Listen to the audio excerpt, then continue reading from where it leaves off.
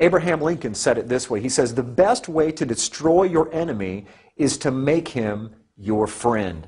At the end of the day, ladies and gentlemen, the enemy only comes to do three things: to steal, kill, and destroy the truth. That's what he's trying to do. So now let's travel back in time 4,000 years and begin to discover where the history of some of these traditions came from. We're going to find ourselves all the way back in the time of Noah. Matter of fact, let's begin in the old-fashioned way. Once upon a time, a long time ago, there lived a man named Nimrod. Nimrod was the great-grandson of Noah. He was the most popular man on the earth at the time. Matter of fact, he was the king of the then-known world. He was responsible for building the cities of Babel, and the Tower of Babel, and the city of Nineveh, amongst others. Well, all that being aside, Nimrod, no doubt, had tremendous influence among the people that he was with. And what happened was he had this uncanny reputation of strength. He created great armies, and he was the ruler of the then-known world right after the flood. He was full of idolatry and covetousness, drunkenness, and rebelliousness towards God. And he had a phenomenal ability to deceive. Matter of fact, I suppose he was much like, I guess, an early politician 4,000 years ago. But Nimrod married a woman named Semiramis. Now, Semiramis and Nimrod became basically king and queen of the then-known world. Well, at some point, Nimrod dies, and he became deified. He was the very first person that was ever deified on planet Earth, and they made him the sun god, which ended up being Baal. The word Baal in your scriptures can be traced back to Nimrod. So it's an interesting reality of history. When you see Baal and Ashtaroth, you're ended up coming all the way back to this story of Nimrod and Semiramis. And so Baal is now ruling the universe as the sun god, and somehow luck has it, through the Babylonian legend, that Semiramis gets pregnant by the rays of the sun of her deceased husband, Nimrod. And she gives birth to a young baby boy named Tammuz. Now, further down in the story, as Tammuz grows and becomes a man, Tammuz actually marries his mother, and they have a very sexual relationship. And that baby Tammuz and his mother Semiramis is where you get the story of Cupid. Cupid, during Valentine's Day, is how the story of Valentine's Day developed, was from Tammuz, who married a very unbiblical relationship with his mother. Okay, back to the story of Tammuz. So Tammuz, for 40 years, was a tremendous hunter, and he took the place of his father, ruling the world, and had tremendous power. But more than anything, he was a credible hunter.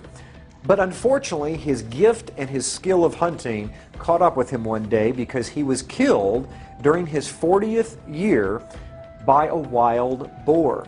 Every spring, the first Sunday after the vernal equinox, the spring equinox, they had what was called Ishtar's Sunday.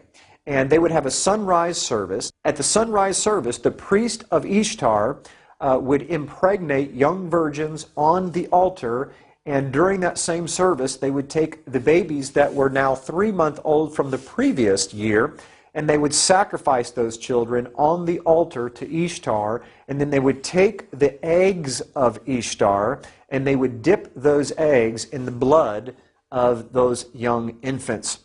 And that is where we get sunrise services, and that is potentially where we get the dyeing of Easter eggs. It is also interesting to note that worldwide universal color of Easter eggs is red. Even the White House, the official color of the White House Easter egg is ruby red. Now, back to Tammuz. Tammuz gets killed by a wild boar. So every year, in commemoration of celebrating the death and the deification of Tammuz, which became the son of God, the son of his father, they would set aside 40 days prior to Easter, and they would fast and they would pray, and they would have a giant feast on Easter Sunday where they would celebrate the death and the resurrection of Tammuz. And guess what they would have for dinner on that Sunday evening? You got it, Easter ham. They would kill a boar in commemoration to Tammuz, who was killed by a wild boar. And yes, the 40 days prior to Easter, where we call it Lent, or the Catholics call it Lent, that 40 days did not come from, my friends, the 40 days of Jesus in the wilderness. That 40 days was already in place for thousands of years before Jesus even showed up. It comes from the 40 days of fasting and praying for Tammuz before they celebrated Easter. I'm going to give you some of the names and what they're most commonly remembered for in these different cultures, and some of you will recognize them immediately. First of all, in Egypt, they were known as Isis and Osiris. In Phoenicia, they were recognized as Asheroth and Baal, the very same Asheroth and Baal that you see in the Scriptures. In Greece, they were Aphrodite and Adonis, or Eros, where we get the word erotic from. And in Rome, they were called Venus and Cupid. That's right, that's where we get Valentine's Day from, and Cupid. Even in the Far East, listen to this, this is amazing, Cupid was known as Zoroaster. Zoroaster is made up of two words, Zoro, which means seed of, and Asheroth, which is Easter. And so what Cupid actually means in the Far East is the seed of Easter, or the seed of his mother. God always tries to speak to the Israelites and warn them to stay away from Ashtaroth and Baal. Let's read the Scriptures. Judges chapter 2 verse 13 says this, "And they forsook Yahweh and served Baal and Ashtaroth." 1 Samuel chapter 7 verse 4 says, "Then the children of Israel did put away Baalim and Ashtaroth and served Yahweh only." And last but not least, in Romans chapter 11 verse 4 it says, "But what says the answer of God unto him? I have reserved to myself 7,000 men who have not bowed the knee to the image of Baal." Right about this time, you're probably having that thought that I warned you about hit your brain, saying, that's not what it means to me. I celebrate the birth of Jesus, and I put all the focus on Jesus, and I celebrate his resurrection, and I want to focus on him. Well, your heart may be to want to focus on him, and you absolutely may do that. But the truth of the matter is that it doesn't matter how much we focus, how sincere we are, and how pure our hearts are. It only matters that are we worshiping him the way that he asks us to worship him, and is anything that we're doing offending him. And later on in the program, we're going to go through the Scriptures and see if there are any Scriptures talking about Christmas and Easter and any particular instructions allowing us to worship him in whatever way that we want. But in the meantime, please keep an open mind as we move through the rest of this history and some of these symbols, which are very shocking, that you're going to find out how they moved through time and ended up in our Christian churches today. Tammuz and his mother, Semiramis. If you look on your screen, you're going to see Isis and Osiris, or this is Ishtar and Tammuz. Now, some of you may be asking, well, wait a minute, I celebrate Easter. You're talking about Ishtar. Easter is actually the Anglicization of the word Ishtar. In other words, if you say Ishtar in English, it's pronounced Easter. That's how the etymology of that word evolved over time. What I want you to see is what's on her head is a crescent moon, and in the center of that crescent moon is the actual sun itself. And so the symbol of power of Isis, or Ishtar, was the crescent moon holding the sun itself, her deceased husband, Baal, the sun god. And you can see the baby there that is nursing from her breast. Ishtar was known as the goddess of the East, the bare-breasted fertility god of the East, or the sunrise, which is why they had the service at sunrise on Easter morning. Here on your screen, you see a pagan carving of the solar deity Baal Hadad depicted as a disc in a crescent. Okay, you can see the half-moon disc there in the center of your screen with the sun that is cradled inside of it. And that is the sun god, as well as the crescent moon that surrounds it. Now, as you see that the main symbol for the sun god was the crescent moon with the sun on the top of it, or centered and cradled inside that crescent moon, we now move to something that's a bit controversial but very true historically, is the Catholic Eucharist is actually the sun that is inside of that crescent moon. I'm going to show you some pictures of the actual Eucharist in different positions, and you're going to see that not only is it similar, it's identical. This is where they got the symbols from. You can see here, this is a particular object that holds the Eucharist, and I found this online, and this is what the quote said. I left off the particular church for obvious reasons, but this was their advertisement for a particular Friday. It says, Eucharistic adoration is held on the first Friday of every month for the purpose of honoring and praying to the Blessed Sacrament. Now, I don't know about you, but my Bible says to pray to the Father, our Father. Yeshua, Jesus, said to pray to the Father. He did not say to pray to inanimate objects, whether they represent Him or not. Now, look very carefully at, on the right-hand side, you can see the moon, the crescent moon shaped, holding that sun or that wafer of bread. Here's a close-up of it right here. The crescent moon cradle with the sun-shaped monstrance of the Roman Catholic Church. And now you'll see that it's actually the rays of the sun go all the way around this. They didn't hide it at all. Why did they not hide it? Because this is thousands of years old. This comes right out of paganism and sun god worship, where it was the symbol of Baal and his wife Ishtar. And right here you can see the pine cone staff is another symbol found in paganism that's connected with the sun god coming out of Egypt, Osiris. It's kind of in the form of a pitchfork, you can see, where the pine cone is in the center. Now, why did they choose a pine cone? Because a pine cone represents fertility. It comes from the pine tree, which stays green all year round. And so as everything began to die in the winter, the pine tree became a symbol of new hope and life and fertility. And you can see that even in Mexico, they found a Mexican god that is holding a pine cone on one hand, pine cones on one hand, and the pine cone tree on the other. Now, what's interesting is the largest pine cone structure in the world can be found in the Court of the Pine at the Vatican itself. Let me ask a question. Why is a pine cone being found in the Court of the Pine at the Vatican? Why did they choose a pine cone? Why is it that the pine cone can be found on the staff of the Pope himself? Because this staff goes all the way back to ancient sun god worship, where it represented power and authority of the gods, you see. And this is a close-up of that staff right here, where the pine cone is embedded right in the staff itself. Let's move on to another symbol. This is the symbol of the trident. The trident is the devil's pitchfork. It really is a symbol of Satan, of the horns of Satan. It's an ancient satanic and pagan hand gesture called the trident. We find this in archaeology all over the place. Whenever you get into any kind of society of sun god worship, you find the trident everywhere. You see it in ancient Babylon. It was placed in the hands of all the pagan sun gods. All the pagan gods and pharaohs had some sort of trident, a staff, that they would be connected to power and authority of the gods.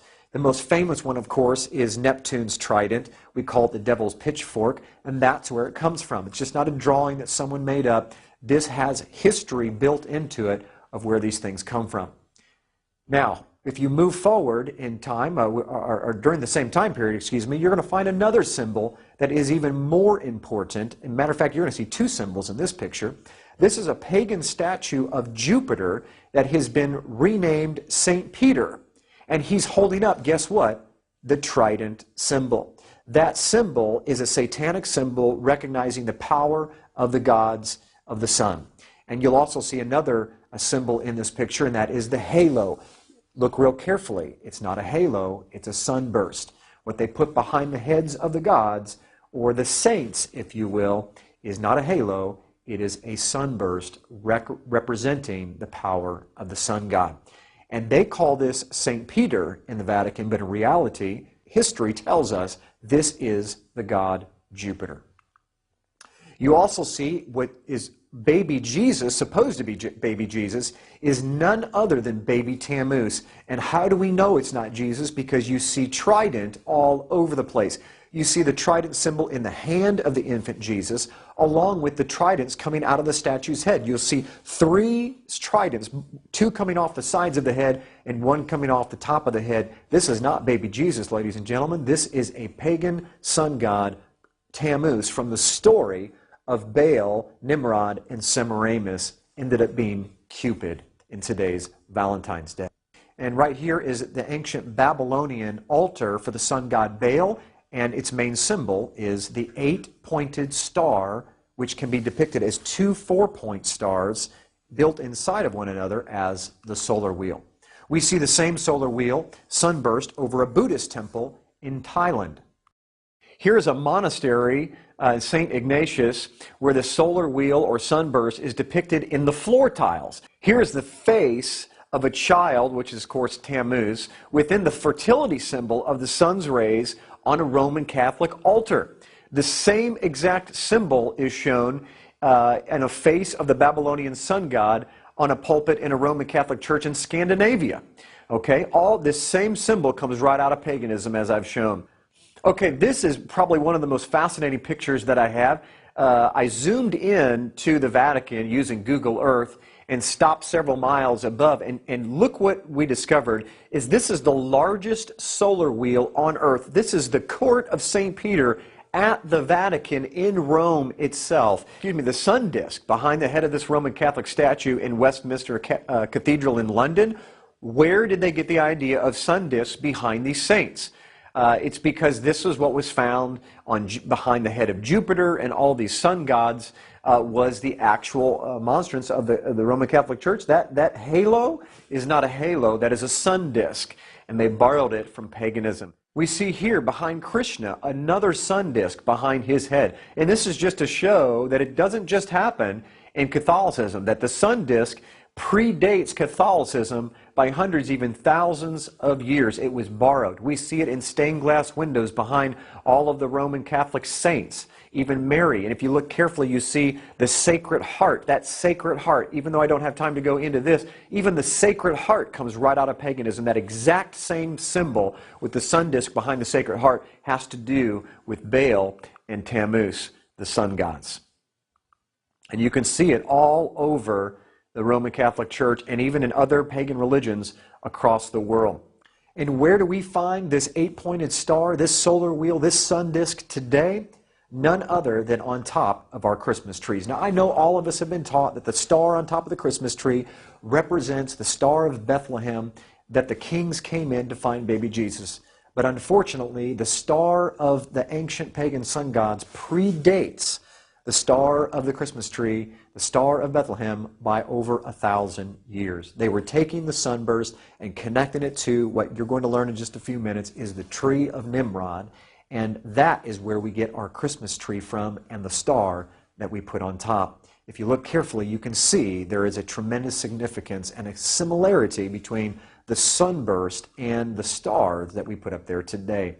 Here's the sun disk proudly displayed on top of Christmas trees in a mall. Matter of fact, this one doesn't even hide the fact that it's not a star. It's the sun that you're looking at. Even the 8-pointed star on top of the White House Christmas tree for everyone to see is the same 8-point star that we find in archaeology thousands of years ago connected to pagan sun god worship. This is an incredible quote that I found in my research when trying to make a connection between Ishtar and the 8-pointed star. And in Uruk, an ancient Sumerian city in southern Iraq, 3,000-year-old tablets were discovered where it said that the celestial identity of Ishtar was none other than the 8-pointed star. You can look up the resource for that on your own. Okay, the word obelisk literally means Baal's shaft or Baal's organ of reproduction.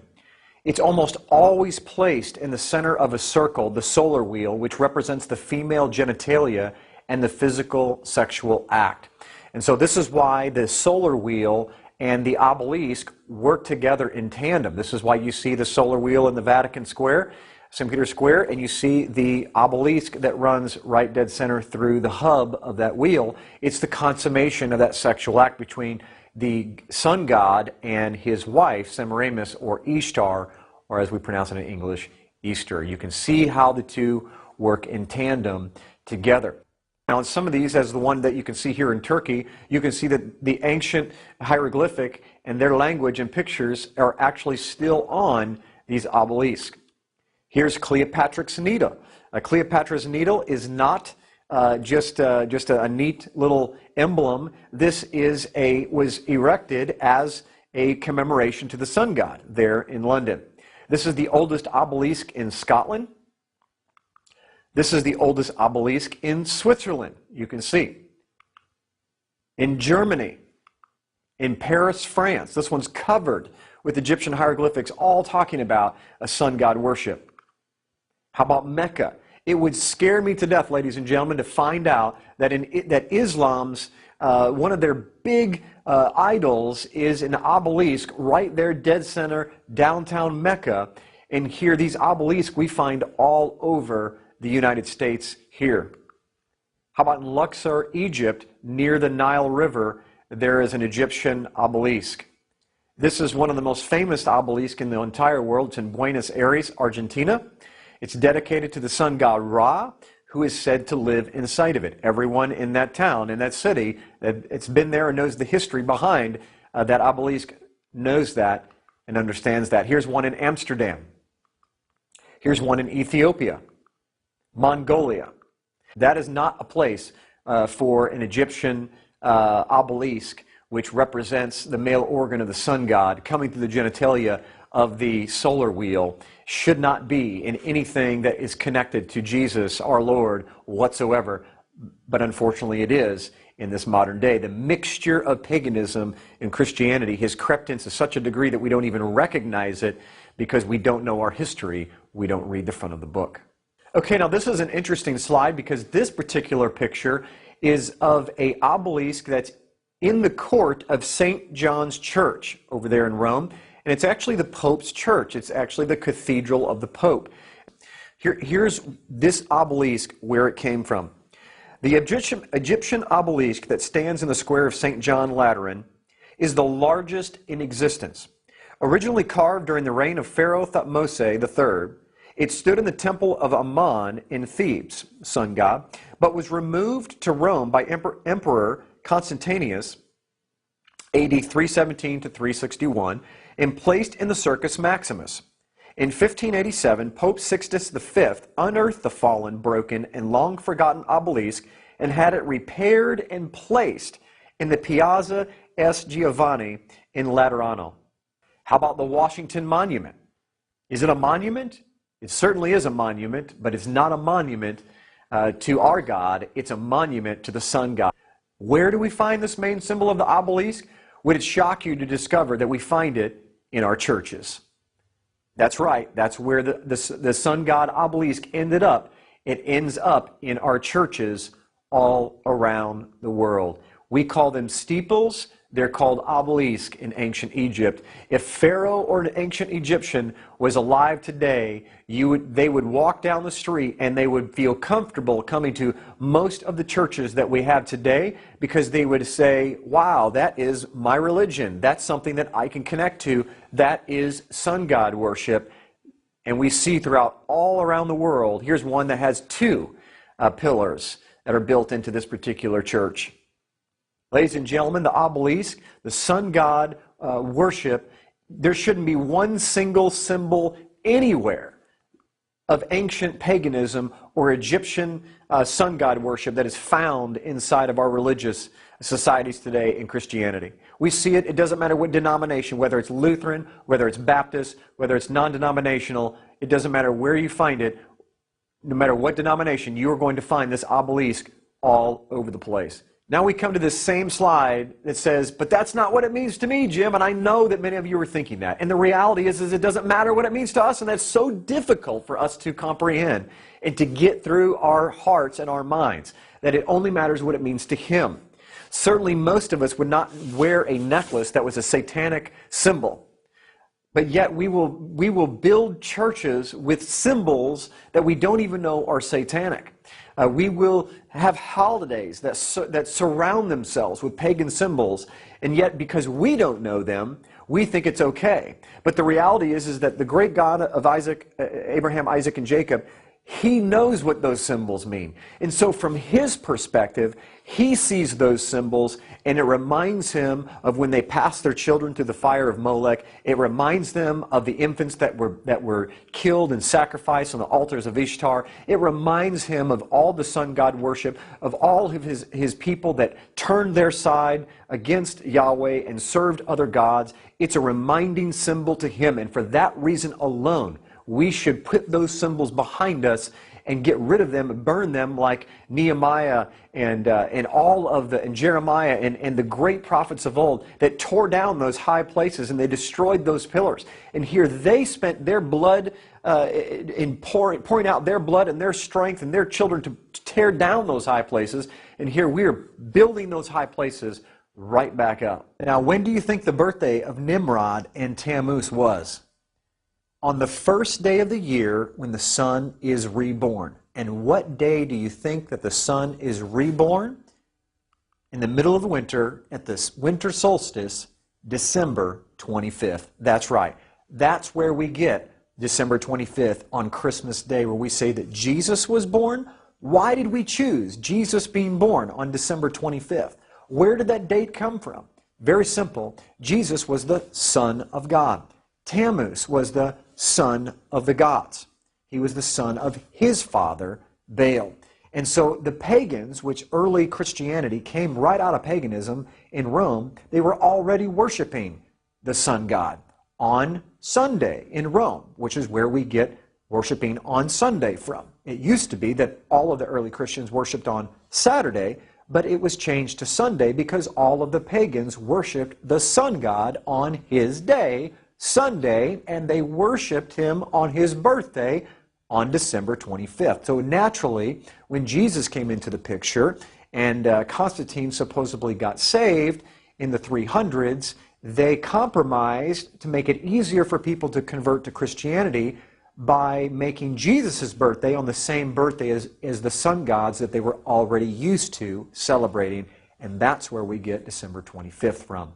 Let's move to this character called Odin, because this is where we're going to get into a little bit more detail of our holiday, is where some of these symbols come from. Along with the celebration of the sun gods, the Scandinavians also worshiped this god called Odin. He was the god of intoxicating drink, ecstasy, as well as the god of death. And because of the Feast of Saturnalia dealing with all those things, he naturally became the most popular god of the Feast of Saturnalia, which was a sun god, which we can trace all the way back to Baal himself. Guess who this character became? Look at him very carefully. What does he look like? The colors are wrong, but this guy became Santa Claus. That's right. Odin, or Woden, was the god of wisdom, magic, and occult knowledge, runes, poetry, and war.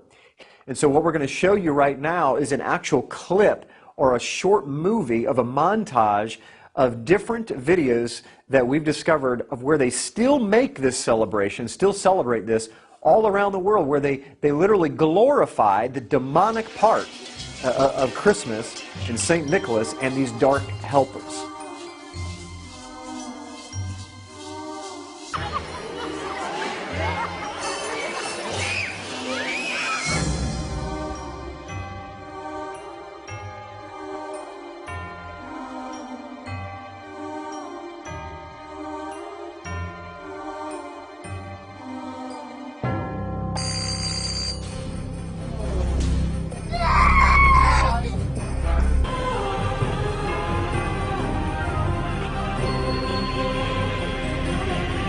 There are some scholars that believe that the actual song Jingle Bells came from the Krampus bells that were in existence for a long time before that song was ever written, that every time you saw St. Nicholas, he was accompanied by the bells of Christmas, if you will, from his elves. They used to have bells that would hang from their necks, and as you heard in the video, they would you would hear the bells as they announced themselves into the next town that they were going into. Look here, the World Book Encyclopedia says this: the belief that Santa enters the house through the chimney developed from an old Norse legend.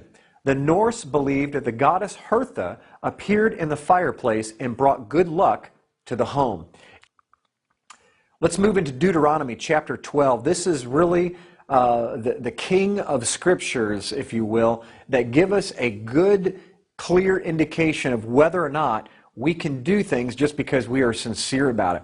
Deuteronomy chapter 12 says this, "And you shall destroy their altars, break their sacred pillars, their obelisk, burn their wooden images with fire. You shall cut down the carved images of their gods and destroy their names from that place. You shall not worship the Lord your God with such things." He says, you shall not at all do as we are doing here today, every man doing whatever's right in our own eyes.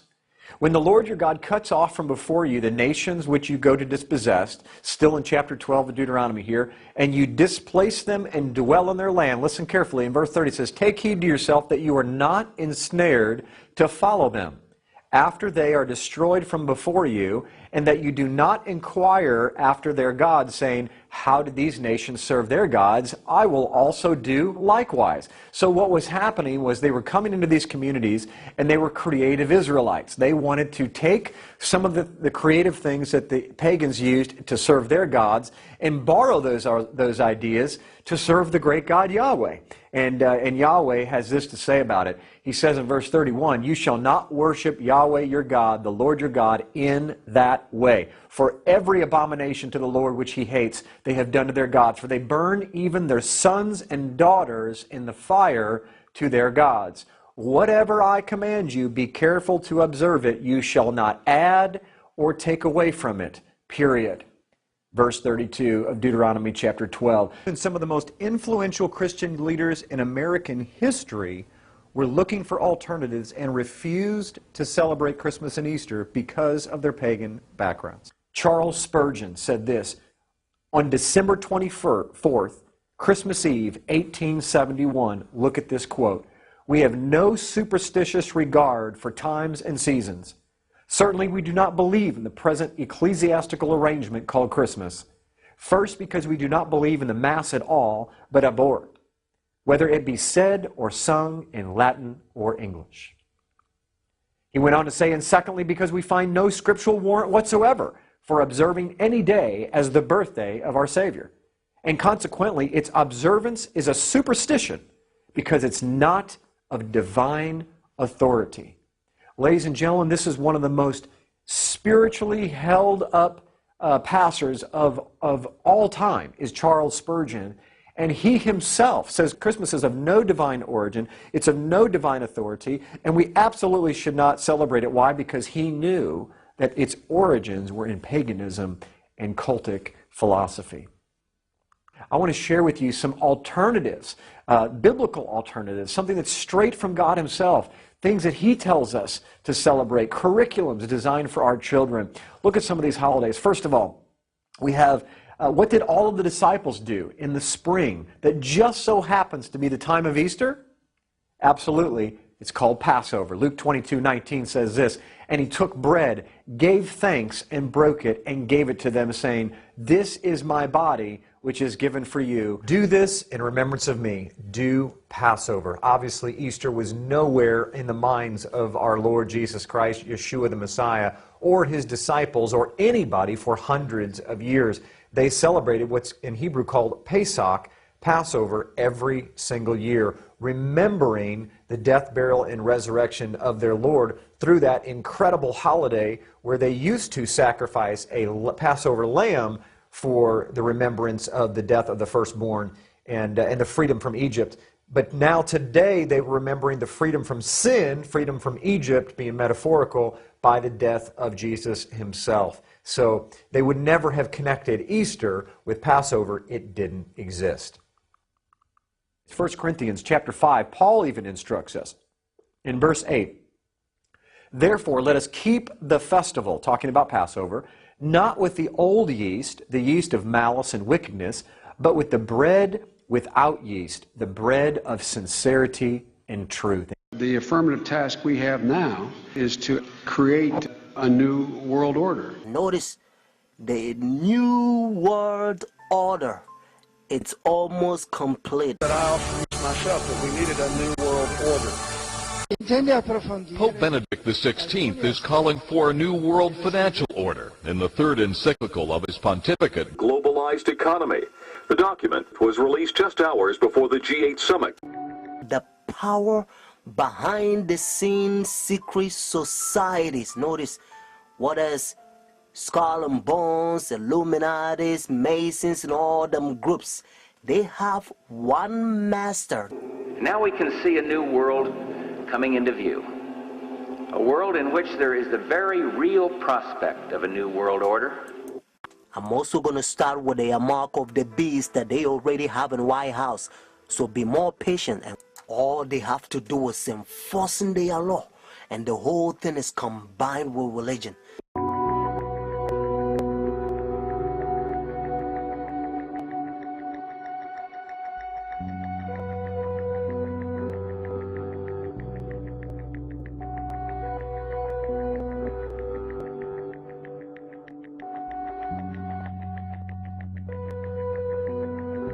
Unfortunate friends, if you don't understand their final goal, you're going to be doomed.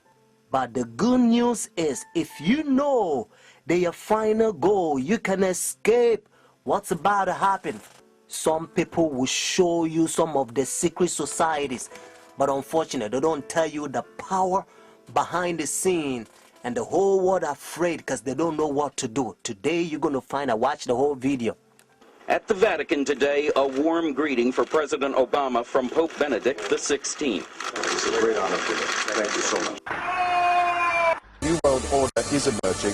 When really a new world order can be created, it's a great opportunity. When all who wear America's uniform remain the cornerstone of our national defense, the anchor of global security. We have to shape an international order that can meet the challenges of our generation. The international order we seek is one that can resolve the challenges of our times. A new world order is emerging. Gordon Brown's verdict as he closes the G20 summit. From America to Ethiopia, they all signed up to a $1 trillion boost for world trade. We'll have reaction around the world and ask what it means for Britain, also tonight.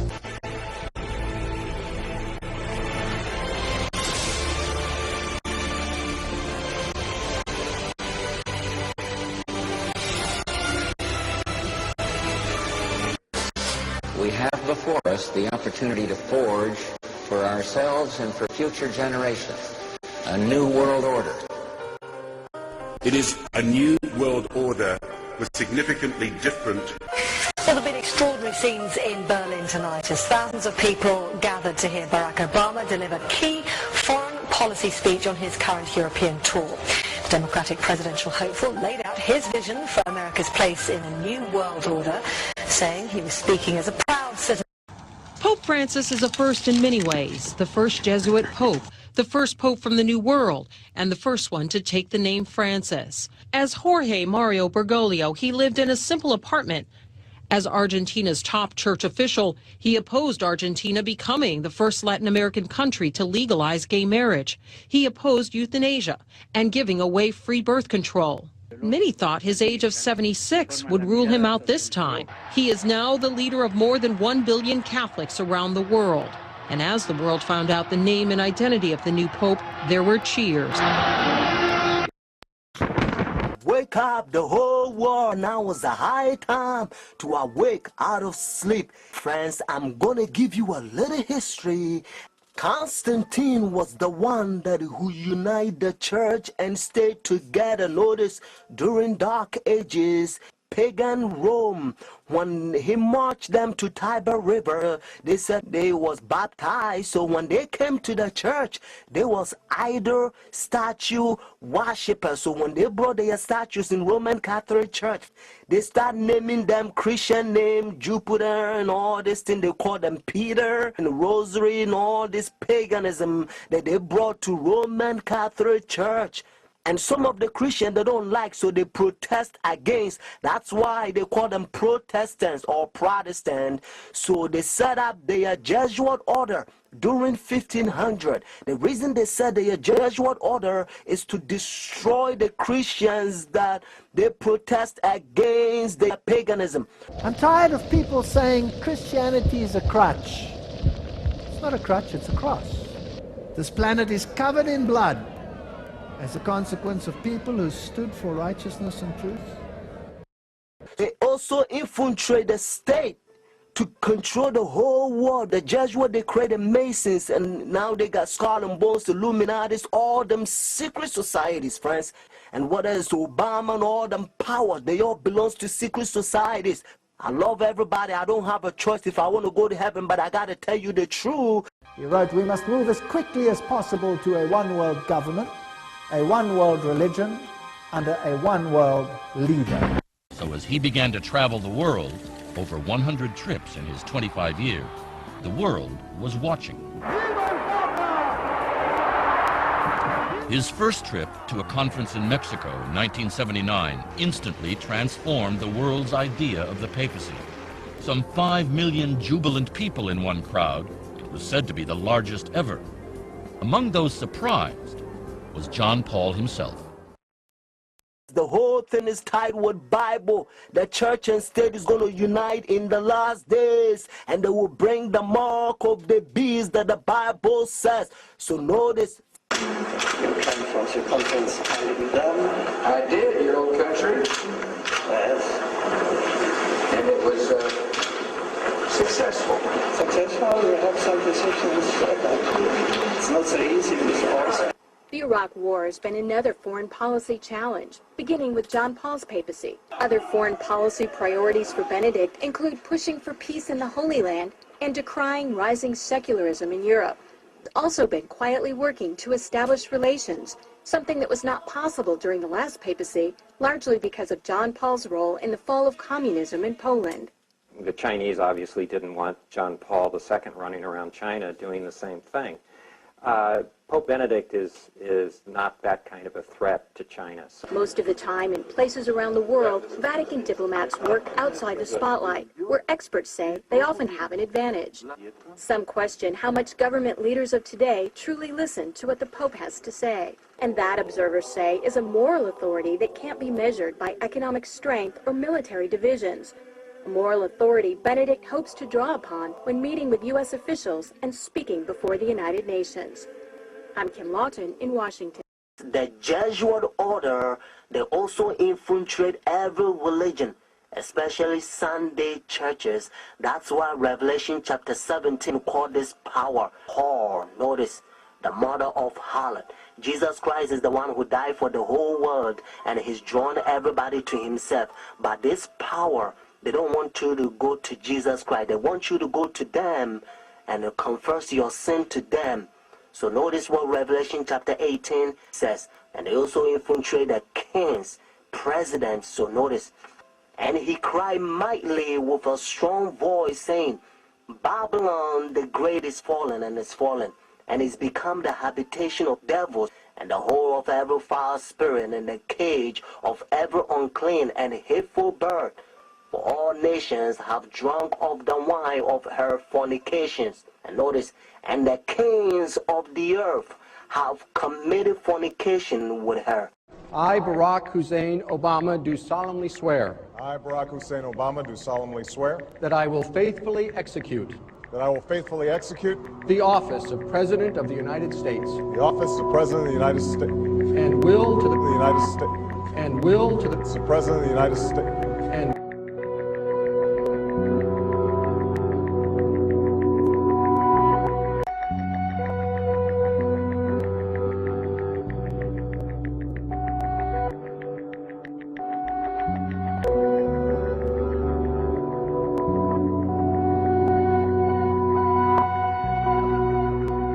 So on occasion it comes up that that I was the mentor of our president. It's only on occasion we get to interact with him. Well, an occasion is fine, isn't it?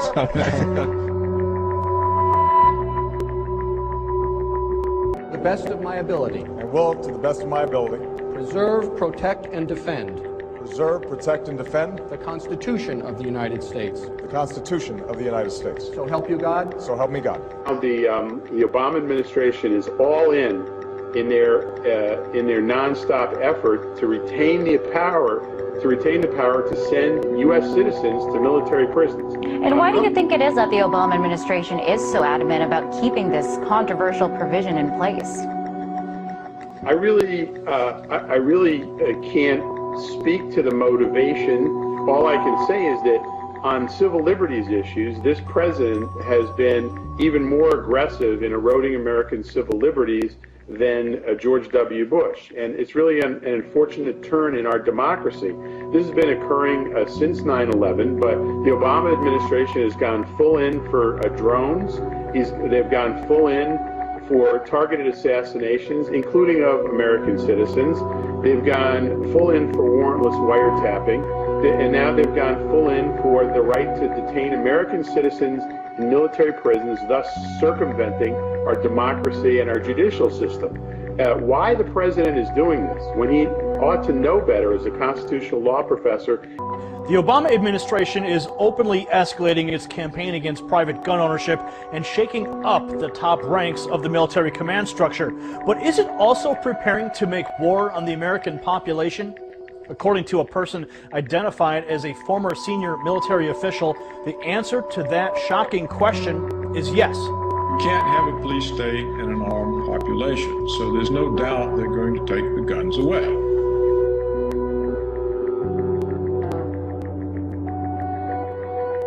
Well, a federal judge in the U.S. has ruled Washington cannot indefinitely detain Americans suspected of having terrorist ties unless they have been found in connection with the September 11th attacks. It comes just 6 months after President Obama signed the National Defense Authorization Act, which would have allowed American citizens to be held without trial or charge.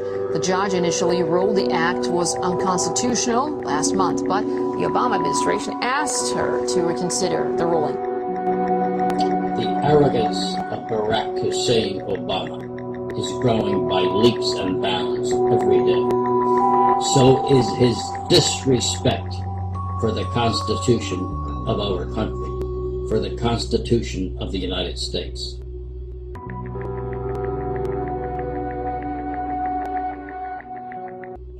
In fact, when President Obama was a senator, he voted to reinstate the Patriot Act in 2006. According to the American Civil Liberties Union, the Patriot Act threatens our First, Fourth, Fifth, Sixth, Eighth, and 14th Amendment. We're here at Blessed Sacrament Parish, We Are Change LA, to meet someone who has been nicknamed the Black Pope. He's actually the Jesuit general, and his name is Very Reverend Adolfo Nicholas S.J.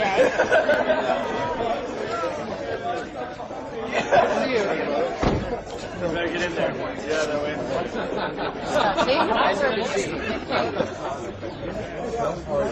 We're here to say hi and talk to him about his nickname and his extreme oath of the Jesuits. You just came out of a campaign, election, and the inauguration of a new president.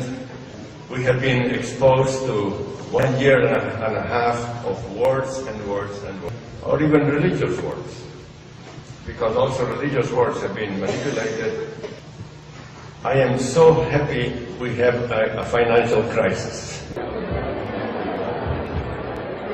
Hello, I really enjoyed your service. Thank you so much.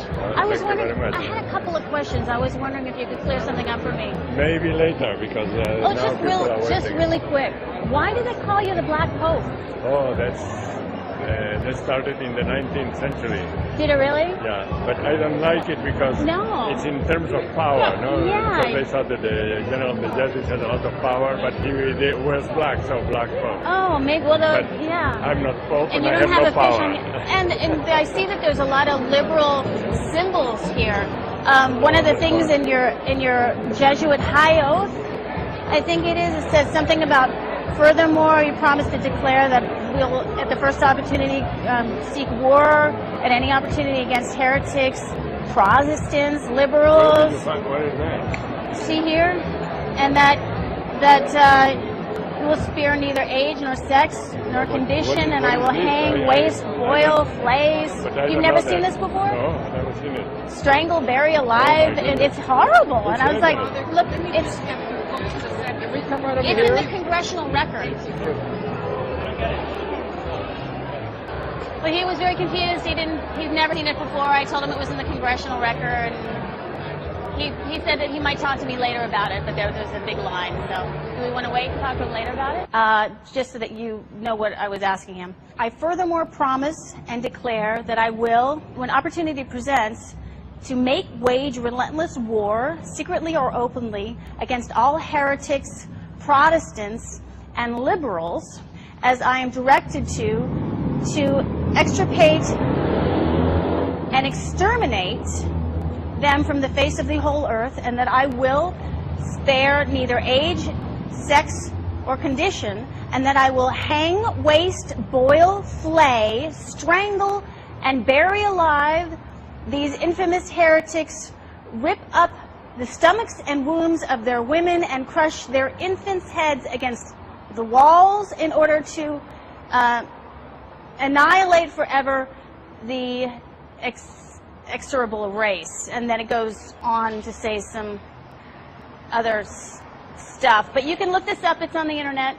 I just want to read this on camera real quick. I'm just trying to find a private moment. He said that I could talk to him afterwards when the line was not too busy. You need to go outside with all that. Okay. Because right now he's not going to read nothing because he's going to go somewhere else. Oh. Excuse me. So thank you. Do you think we were bothering you? I think so with your letting us. Okay. We can't have that. Okay, thank you. Okay, sorry. I was just trying to clear something up. I know. But this...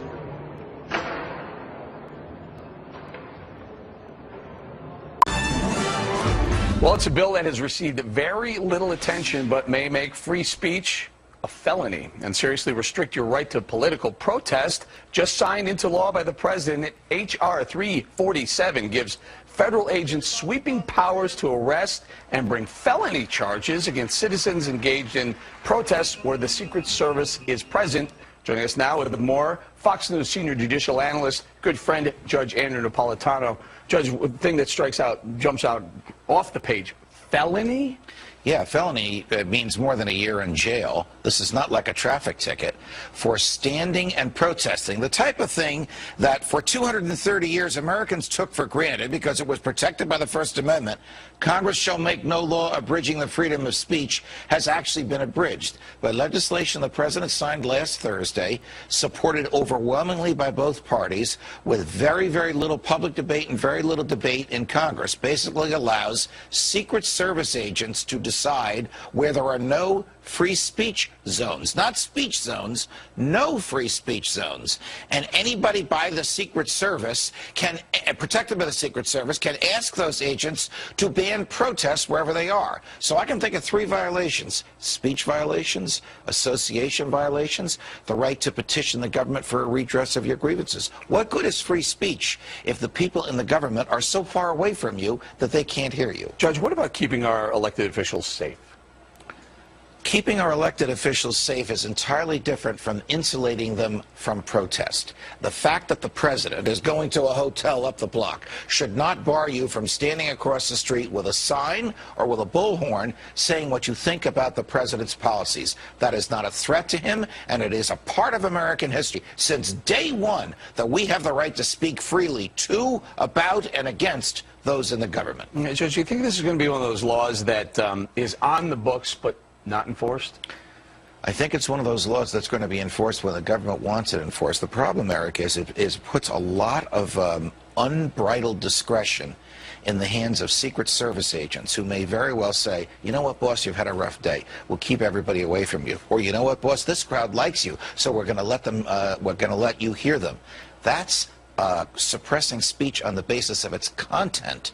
And that has been expressly prohibited by the First Amendment since day one. What dictates the Secret Service is present? In other words, aren't they present all over Washington, D.C.? Well, they are, and that's a great question, because this law also allows the president to give Secret Service protection to whoever he wants. I'll give you a bizarre example. His campaign managers are coming to Washington to confer with him about the campaign. He can give them Secret Service protection. And then the Secret Service can say to the kids in the streets, you can't shout at David Axelrod, because the campaign manager, because the Secret Service is protecting him. This is a slow, creeping destruction of some of our basic liberties, and the president signed it in secret. And now some of the Secret Service are going to be providing services for the candidates now as well, right? Correct. So correct. People aren't going to be able to have their opinion about the candidates? If the Secret Service so declares, you won't be able to shout at. The Bible says the mark of the beast means this power has a mark. The beast is a language that God is using for this power. And they themselves, they says in their own book, the book of Catechism, the old version, notice, they says Sunday worship is their mark of authority. The new version, they don't use the word authority, but at least, thank God, they still admit it. Even the new version of Catechism, they still says they changed the Sabbath from Saturday to Sunday. Friends, the mark of the beast is not worldly speculations that sometimes you hear. Some people says, well, it's computer chip. Unfortunately, you don't find in the Bible. And some people says, you know, it's 666. But according to Revelation 13 verse 18, actually 666 help you to find the beast. What I mean is to identify the beast. But the Bible says the mark. The reason why I repeat and I kind of stretch it because I don't want you to miss it. It's a deception. Notice the mark of the beast. It's clear. Daniel chapter 7 verse 17 says, the four beasts which thou saw are the four kings who reign on the earth. Babylon is the first kingdom. Medo-Persia Empire was the second kingdom, and Greece, third kingdom. Rome, fourth kingdom. So when Revelation 13 verse 18 says, here is wisdom, let him who have understand calculate the number of the beast, is a number of a man. His number is 666. So according to Revelation 13 verse 18, 666 help you to identify the beast.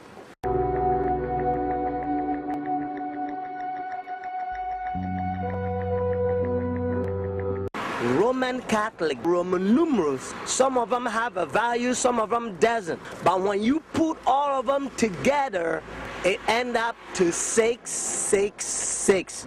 Constantine changed the Sabbath from Saturday to Sunday. But unfortunately, Sunday churches, they adopt sun worship day for so many years. They don't want to get rid of it.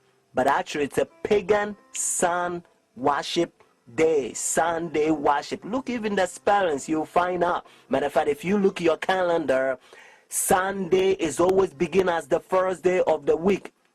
Unfortunately, they will skip, and some people, they don't know, they will count Monday as the first day of the week, because according to Revelation chapter 12 verse 9, the devil will deceive the whole world. So it's a deception. So the devil, you know, he's in the process blinding the people, including the Christendom. Friends, if you go to church Sunday, notice the first day church, now you don't have the mark of the beast according to Revelation 14 and 13, unless the law it's enforced.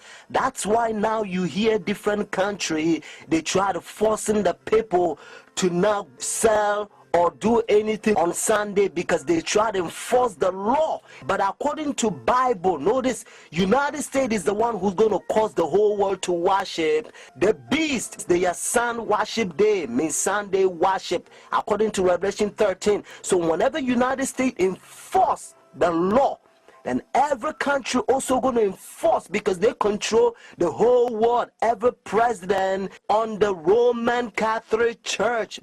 When our founders declared a new order of the ages, they were acting on an ancient hope that is meant to be fulfilled. There's Babylon religion confusion, true mixed with lie. When they front of the camera, they pretend like humble people. Hypnosis, they hypnotizing the world. The Antichrist hiding in plain sight. Bible called this system the mystery. It's a mystery for a lot of people. And according to Revelation chapter 13, the whole world will wonder after the beast. Whenever there's power, they force the mark of the beast, the world is going to be wonder. They're going to be like, we thought they are humble, smooth walking, good people.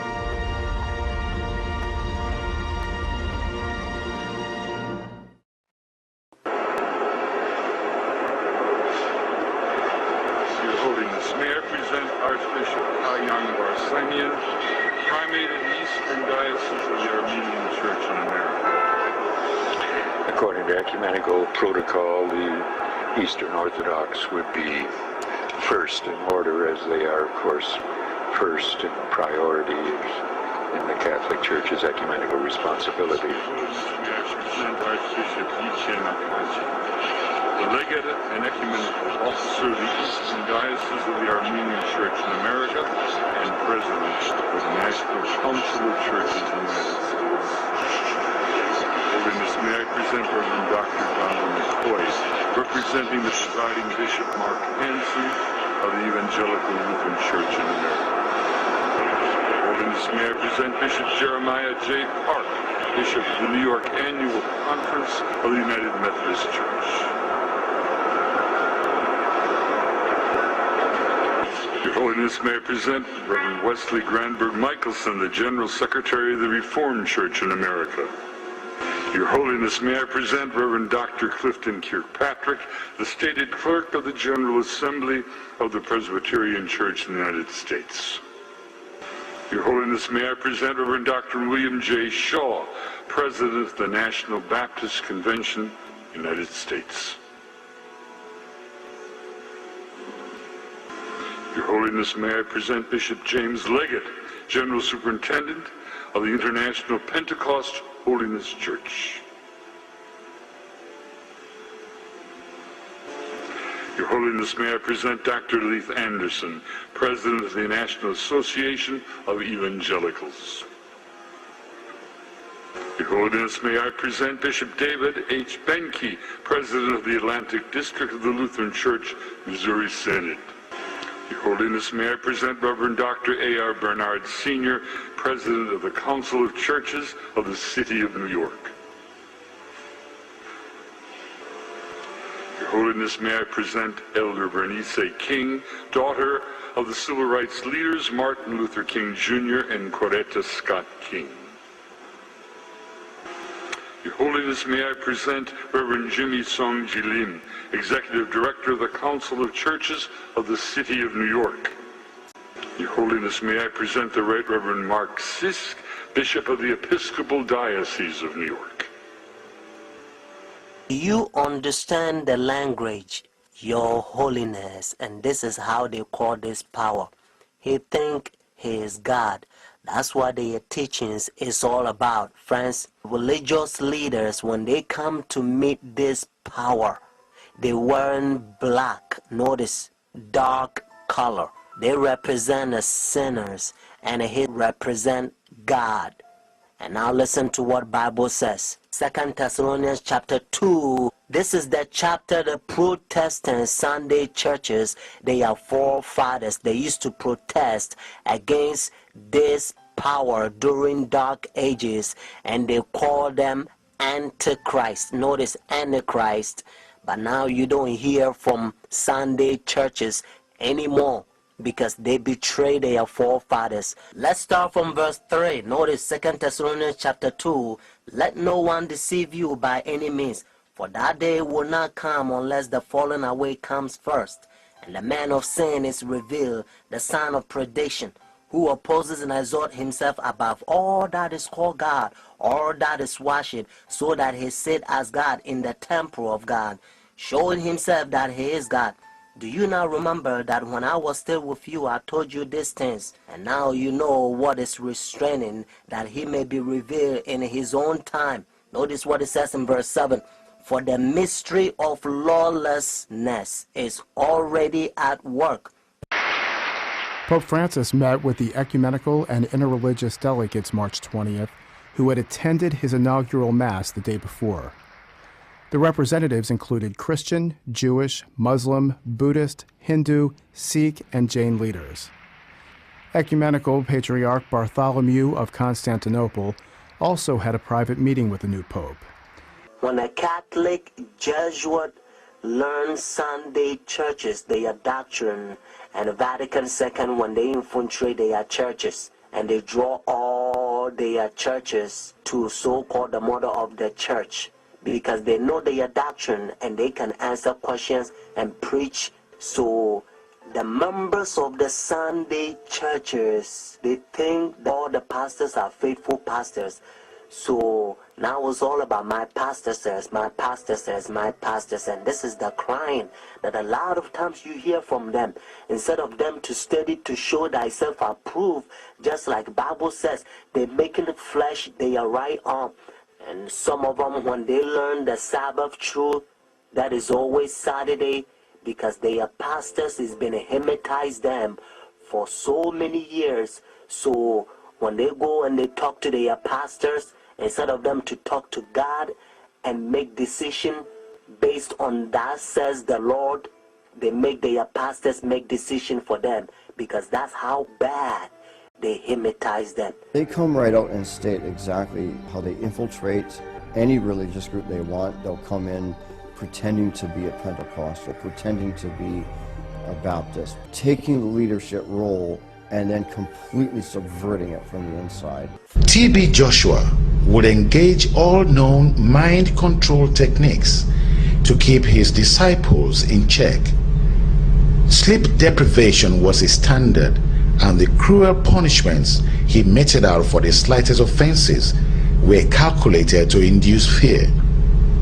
Snitching was the order of the day, and he had the ability to disorientate the best of men. Disciples dared not converse freely for fear of punishment. Gradually, the disciples will be led into working out his deceptions to fool the public, becoming tools in his propaganda machine. I was made a prophet in June 12th, 1999, on his birthday. From then, the powers invested in me increased. I became a terror to co-disciples.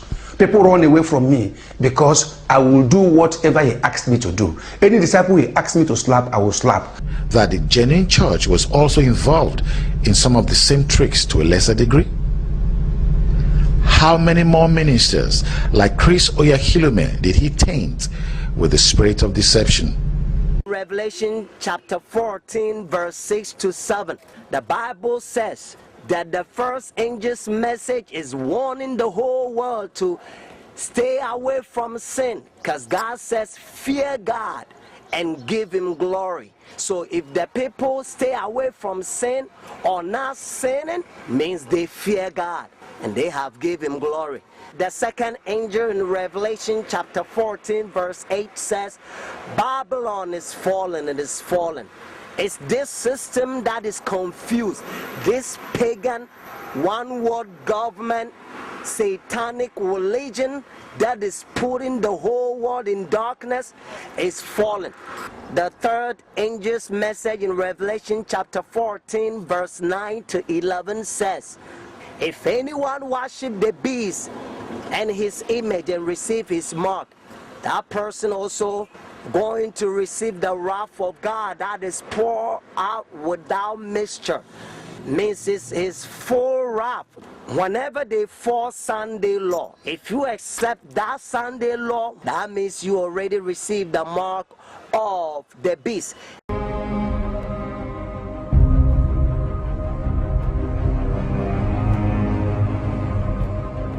Cari amici, ieri, martedì 15 maggio, si è celebrata la giornata internazionale delle famiglie. Marking the World Day for the Family this week, Pope Benedict has appealed for the right to work and to rest for families worldwide.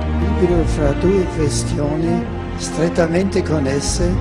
In comments following his Wednesday lesson on prayer and the life of the early church, The Holy Father said work should not hinder the family but rather support and unite it, helping it to be open to life and to enter into a relationship with both society and within the Church. The Holy Father also hoped that Sunday, the Lord's Day, and our weekly celebration of His resurrection will be a day of rest and an opportunity to strengthen the family bonds.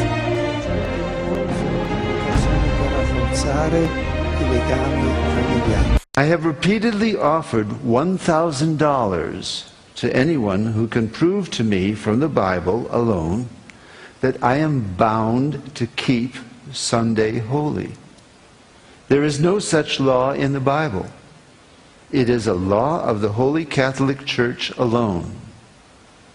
The Bible says, "Remember the Sabbath day to keep it holy." The Catholic Church says, "No, by my divine power I abolish the Sabbath day and command you to keep holy the first day of the week." And lo, the entire civilized world bows down in a reverent obedience to the command of the Holy Catholic Church. T. Enright, CSSR, in a lecture at Hartford, Kansas, February 18, 1884. The Catholic Church for over 1,000 years before the existence of a Protestant, by virtue of her divine mission, changed the day from Saturday to Sunday. The Catholic Mirror, September 23, 1893. Question: which is the Sabbath day? Answer: Saturday is the Sabbath day. Question: why do we observe Sunday instead of Saturday? Answer: we observe Sunday instead of Saturday because the Catholic Church in the Council of Laodicea, AD 336, transferred the solemnity from Saturday to Sunday. Peter Geierman, The Convert's Catechism of Catholic Doctrine, 2nd edition, 1910, page 50. Friends, whenever they enforce their sun worship day, Sunday worship, whenever the law is enforced in your country, do not accept it. The mark of the beast in their forehead, symbolic in Revelation, your forehead means your decision. And also when Revelation says their right hand means your action will follow your decision once you accept their sun worship day, when it's an enforced Sunday worship. Friends, take a stand. Christ is coming. He loved you so much so that when He was on the cross, Jesus Christ says, "I thirst." So whenever you're in temptation, remember when He says, "I thirst," because of you and I.